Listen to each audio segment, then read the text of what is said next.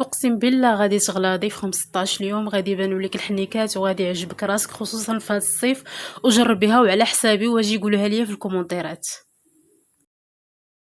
اول مكون اللي غنحتاجو هو كاس صغير ديال الزلجلان اللي في طبيعه الحال غسلناه ونشفناه وحمرناه شويه. الزلجلان راه معروفه هو الملك ديال الزياده في الوزن، عامر بالاستروجين الطبيعي، كيزيد في المناطق الانثويه. عندي كاس ديال الشوفان حتى هو اللي صهدته في المقله شويه، الشوفان حتى هو واعر بزاف. عندي كاس ديال الكاوكاو محمر. كاوكاو راه هو منبع ديال الدهون الصحيه والبروتين، هو اللي كيعطي ديك البنه والمذاق المحمر في الوصفه. وغادي نزيد نص كاس ديال الإلان. إلان واعر بزاف، ما إلان ماشي غير فيه سعيرات، لا هو سند ديال العظام وكيقوي الجسم باش تزيدي في الوزن. كتجي على الصح، فهمتي؟ وما كتبقيش تحسي بداك العيا اللي كيأثر عليك. يعني الا واعر بزاف، كيقوي العظام، كيعطي واحد الطاقه. المهم البنات كناخذوا داك المكونات كاملين، راه في طبيعه الحال راني حمرت كل شيء، دوزته في المقله. كناخذهم كنطحنهم كاملين. صدقونا البنات هاد الوصفه صوبوها في داركم. على بلاصه ما تمشيو تشريوها بثمن غالي، وفي الاخر كيزيدوا فيها الفانيد ديال درداك اولا ديال الدقه. كيدير لكم العظام، كيدير لكم عفوا الماء بين العظام، يعني كتخرجي على صحتك. كتشري الهلاك لصحتك بالفلوس. لا هما شري هاد المكونات، راه ما غاديينش بزاف، حتى حاجه ما تغلى على صحتك وديريهم. وفي طبيعه الحال عندنا الشكلاط. اي نوع ديال الشكلاط عندك استعمليه، ما عنديش مشكل. يعني ما نقولش لك انا شي شكلاط اللي معين خاصك تشريه، فهمتوني؟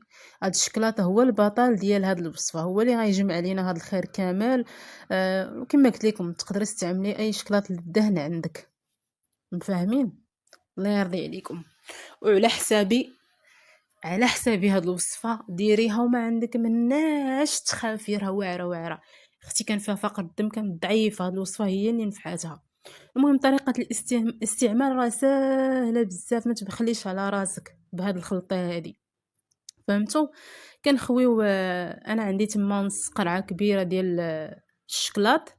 نتوما تقدروا ديروا قرعه كامله مع مع هاد العبر اللي عطيتكم كامل، غير انا بغيت ندير النص حيت تبارك الله راه دغيا كتبين النتيجه. راه عندي قرعه اخرى تما، منين نسالي هذه نقدر نعاود هذيك باذن الله، فهمتوني؟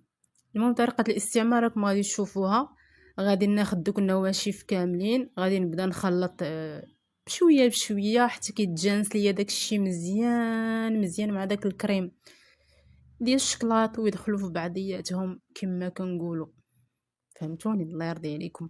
وما تبخلوش على راسكم البنات، نوضوا ديروها كاع اللي بغات تزاد في الوزن مقبله على الزواج، معقدها راسها بالنحافه، باغا تبان شويه، بغات تلبس شي حاجه تجي معاها، نوضي ديريها، نوضي ديريها، راه ما تضيعيش الوقت. كلشي داكشي صحي، كلشي ما عندك ما تقولي. انا علاش درت كاس باش نغلبوا على ديك الحلاوه اللي في الشكلاط، نتغلبوا عليها، فهمتوني؟ الله يرضي عليكم، راكم كتفهموني، راكم ذكيين. المهم بقيت خلطي داكشي مزيان حتى كيتجانس، تخلطوا ديك الكميه عاد زيدوا الكميه الثانيه. كما قلت لكم نتوما ديروا قرعه كامله كبيره وديروا معاها ديك كاس كامل خلطوه. تقدروا نتوما تخلطوها وسط القرعه، ولكن من الاحسن باش تبقاو على خاطركم تخلطوها بحال في شي لعيبه ديال الدجاج بحال هذه. المهم بنات انا غنقول لكم الطريقه ديال الاكل. كتاخدي معلقه كبيره مورا الفطور، معلقه كبيره مورا العشاء، مورا الغداء، ومعلقه كبيره مورا العشاء قبل ما تنعسي مباشره. هي تاخديها مع كاس ديال الحليب دافي الا بغيتي النتيجه تبان في اسرع. وداومي عليها الشهر كامل وتفكريني، غتلاحظوا الفرق كبير في حنيكاتك وفي الجسم ديالك. وإلا عجبكم هذا الفيديو ما تنساوش ديروا لايك وتبارطاجيو الفيديو حتى الاخر، ايطاب بايطاب، باش تستافدوا. راه الفيديو اللي كيكون طويل شويه هو اللي فيه الفائده. واحد المذاق فيها واعر واعر واعر